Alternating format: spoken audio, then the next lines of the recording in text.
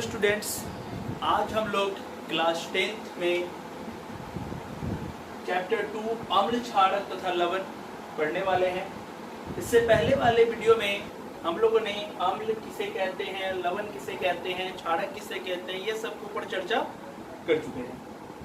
आज जो टॉपिक है हमारा सोडियम कार्बोनेट या धोने का सोडा, इसके बारे में चर्चा करने से पहले मैं आप लोगों से ये निवेदन करना चाहूँगा कि आप लोग मेरे इस चैनल को अधिक से अधिक सब्सक्राइब करें और शेयर करें, ताकि इस चैनल के माध्यम से आप लोग क्लास 10th की तैयारी अच्छे से कर सके और अपने दोस्तों की भी तैयारी अच्छे से करवा सके। तो आज जो हमारा टॉपिक है सोडियम कार्बोनेट या धोने का सोडा।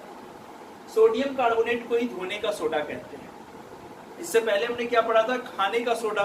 तो खाने का सोडा का जो रासायनिक नाम था वो था सोडियम बाइकार्बोनेट।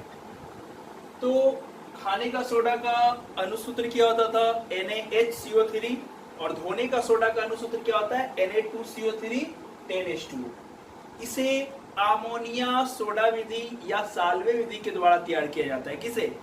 तो सोडियम कार्बोनेट या धोने का जो सोडा है, इसे अमोनिया सोडा विधि या साल्वे विधि के द्वारा तैयार किया जाता है।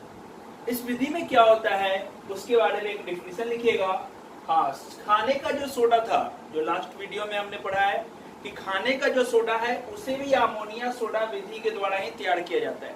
तो अमोनिया सोडा विधि हमने अपने पहले वाले वीडियो में, इससे जस्ट पहले वाले वीडियो में, वीडियो नंबर 3 अम्ल क्षारक लवण का जो वीडियो नंबर 3 है, उसमें हमने सोडियम साल्वे विधि या अमोनिया सोडा विधि के बारे में बताया है। आप वहां से उसका डेफिनेशन लिख लीजिएगा। इसका क्या होता है कि सोडियम क्लोराइड के जलीय विलयन के साथ कार्बन डाइऑक्साइड गैस और अमोनिया गैस प्रवाहित करने पर अमोनियम क्लोराइड का बनना होता है और सोडियम बाइकार्बोनेट बनता है, NH4Cl और NaCO3 बनता है। तो NaCO3 यानी खाने का जो सोडा है वो भी किस विधि से बना, साल्वे विधि से बना। फिर NaCO3 को जो हम तीव्र से गर्म करते हैं, ये हीट का नोटेशन है, ठीक है, ये उष्मा का नोटेशन है। जब ये जो ट्रायंगल है वो उष्मा का नोटेशन है। जब हम इसे हीट देते हैं तो हमें क्या प्राप्त होता है, Na2CO3 यानी सोडियम कार्बोनेट प्राप्त होता है। नोट लिखिएगा, सोडियम कार्बोनेट के रवाकरण से धोने का सोडा प्राप्त होता है। धोने का जो सोडा प्राप्त होता है हमें, वो सोडियम कार्बोनेट के रवाकरण, क्रिस्टलाइजेशन, इंग्लिश में से क्या बोलते हैं, क्रिस्टलाइजेशन करवाने से हमें धोने का सोडा प्राप्त होता है। धोने का सोडा का जो जलीय विलयन होता है वो कैसा होता है, क्षारीय होता है। धोने का सोडा का जलीय विलयन क्षारीय, यानी हम लोग पढ़ रहे हैं अम्ल, क्षार और लवण। तो इसमें धोने का जो सोडा है इसका जलीय विलयन कैसा होगा, क्षारीय होगा। सोडियम कार्बोनेट अम्ल को उदासीन बनाता है। सोडियम कार्बोनेट क्या करता है, अम्ल को उदासीन बनाने का काम करता है, ठीक है। और अभिक्रिया के प्रोसेस से क्या निकलती है, कार्बन डाइऑक्साइड CO2 गैस निकलता है। सोडियम कार्बोनेट यानी धोने का सोडा को तीव्रता से जब गर्म करते हैं, ये आर्द्र सोडियम कार्बोनेट है, Na2CO3.10H2O जब तीव्रता से गर्म करते हैं तो हमें अनाद्र, सॉरी आर्द्र नहीं होगा, यहाँ पे क्या होगा, अनाद्र। अनाद्र मतलब जिसमें वाटर नहीं हो, हमें अनाद्र सोडियम कार्बोनेट प्राप्त होता है। यहाँ देखिए, इसे गर्म किए तो ये क्या प्राप्त हुआ हमें, बिना वाटर का सोडियम कार्बोनेट, और जल अलग हो गया। इसको हम लोग सोडा एस भी कहते हैं। क्या कहते हैं, सोडा एस। इसे नोट कीजिए फटाफट।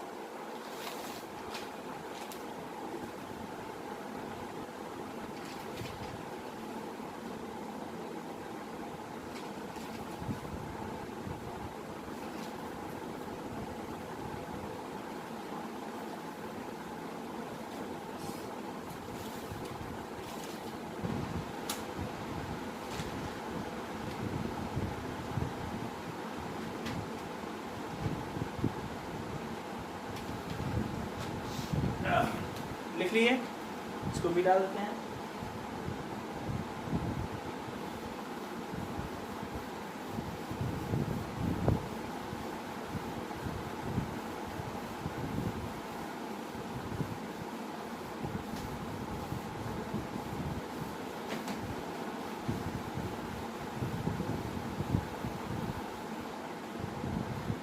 आगे इसका लिखिएगा धोने का सोडा का उपयोग, धोने का सोडा का उपयोग, पहला इसका लिखिएगा कपड़े तथा कपड़े तथा अन्य पदार्थों को साफ करने। धोने के सोडा का जो उपयोग है वो कपड़े और अन्य पदार्थों को साफ करने में इसका उपयोग किया जाता है। ठीक है, प्रयोगशाला में अभिक्रमक के रूप में। दूसरा हो जाएगा आपका प्रयोगशाला में अभिक्रमक के रूप में। अभिक्रमक का अंग्रेजी रिएजेंट हो जाता है, रिएजेंट। ठीक है, तीसरा कांच, कागज इत्यादि। कांच से लिखेंगे, कांच, साबुन, कागज इत्यादि के निर्माण। ये धोने का सोडा हो गया। इसी में एक टर्म आता है उत्फुलन। आपने नाम सुना होगा उत्फुलन का। इसका एक टर्म आता है इफ्लोरेंस। EFF क्या आता है? EFLORENCE,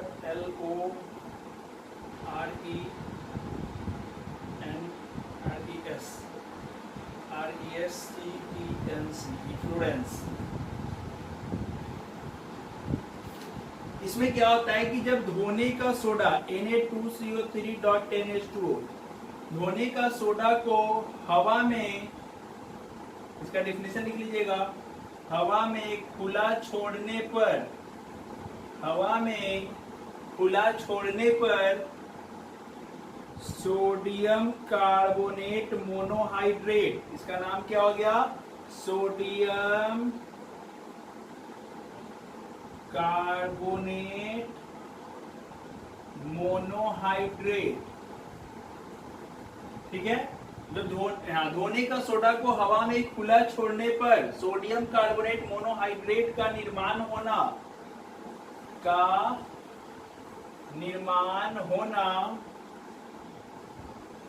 ही उत्फुलन कहलाता है।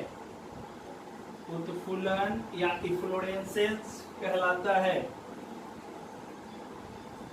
ठीक है, इसमें देखिए Na2CO3.10H2O को जब हवा में खुला छोड़ देंगे, ठीक है, हवा में छोड़ने पर, इन द एयर, ठीक है, तो ये क्या बनाएगा? Na2CO3.H2O plus 9H2O।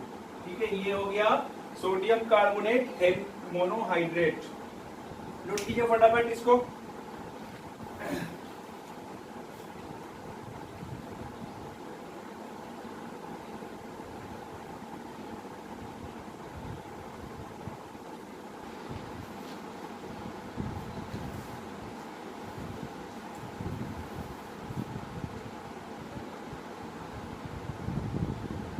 हो गया, स्क्रीनशॉट ले लीजिएगा और लिख लीजिएगा।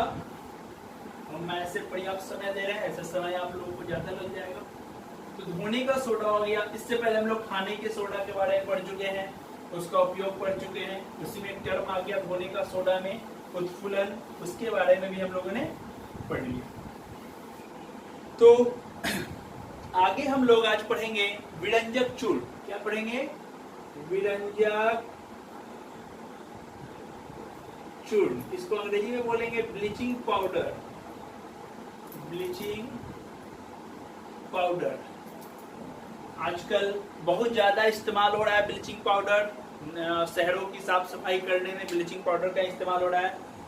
ब्लीचिंग पाउडर के जगह पे चूने का इस्तेमाल ज्यादा हो रहा है, क्योंकि चूने का भी कलर व्हाइट होता है, लेकिन गुण दोनों का अलग है। फिर भी लोगों को ठगने के लिए चूने का इस्तेमाल कर देते हैं लोग।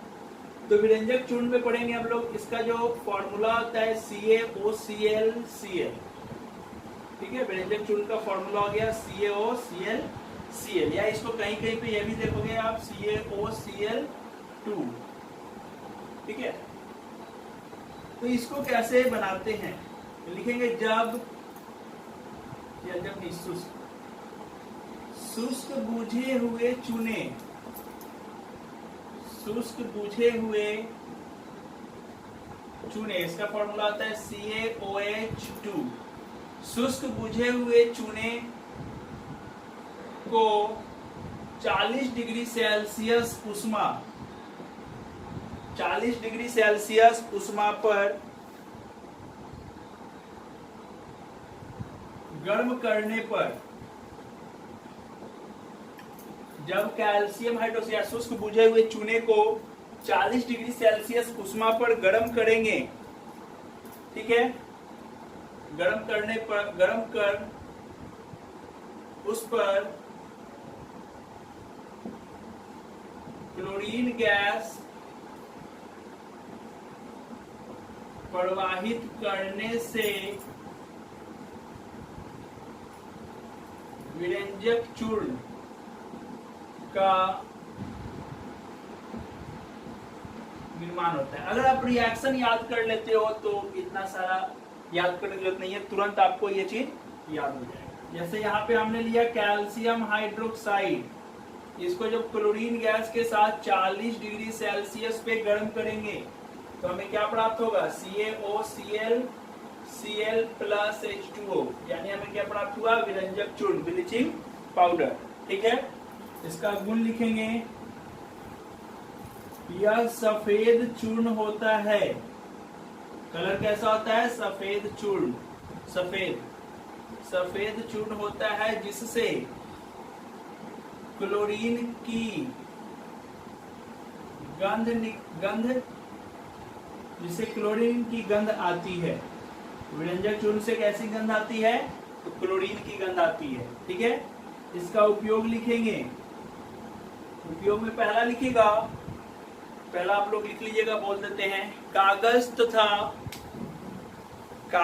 तथा कपड़ों को विरंजन करने में, मतलब साफ करने में। विरंजक चूर्ण का जो इस्तेमाल है वो कागज तथा कपड़ों को साफ करने में, विरंजन का मतलब साफ हो गया, साफ करने में किया जाता है। ठीक है, दूसरा लिखिएगा, कीटाणुनाशक के रूप में, क्या, कीटाणुनाशक के रूप में भी इसका इस्तेमाल करते हैं। विरंजक चूर्ण का इस्तेमाल पहला हो गया आपका कागज या कपड़ों को विरंजन करने में, दूसरा हो गया कीटाणुनाशक के रूप में, और तीसरा लिखिएगा क्लोरीन या क्लोरोफॉर्म बनाने में, क्लोरीन या क्लोरोफॉर्म बनाने में। इसको लिखिए,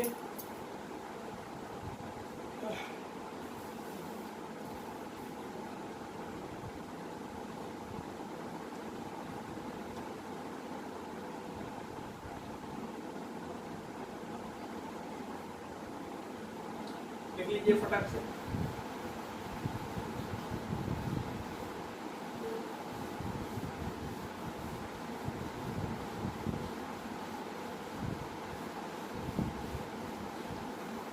चलिए, इसके बाद आगे पढ़ेंगे प्लास्टर ऑफ पेरिस।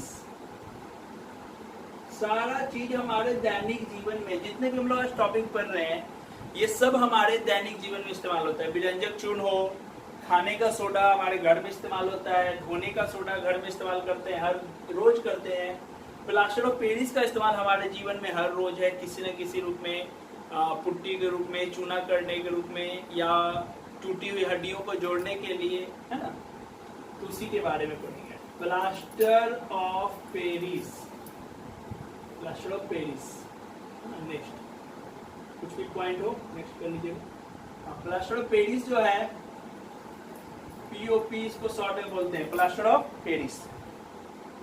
इसका जो फॉर्मूला होता है CaSO4 2H2O, CaSO4 2H2O, ठीक है, या इसी को फॉर्मूला ऐसे भी होता है CaSO4.1/2H2O। इसका नाम हो जाता है कैल्शियम हेमीहाइड्रेट, है ना। इसका निर्माण कैसे होता है, तो लिखिएगा, जब जिप्सम को जब जिप्सम को 120 डिग्री सेल्सियस पर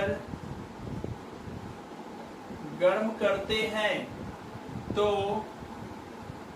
पीओपी यानी प्लास्टर ऑफ पेरिस का निर्माण होता है।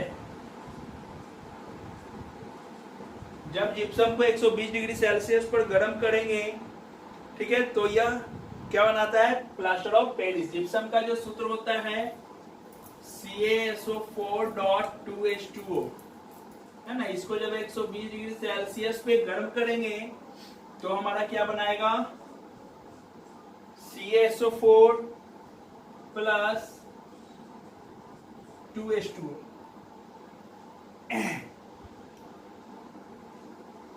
CaSO4 2.H2 ये बनाएगा।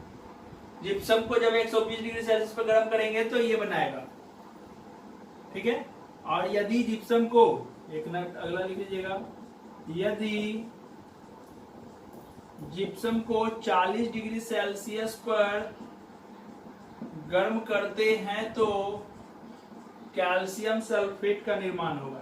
तब पीओपी का निर्माण नहीं होगा, कैल्शियम सल्फेट का निर्माण होगा, ठीक है।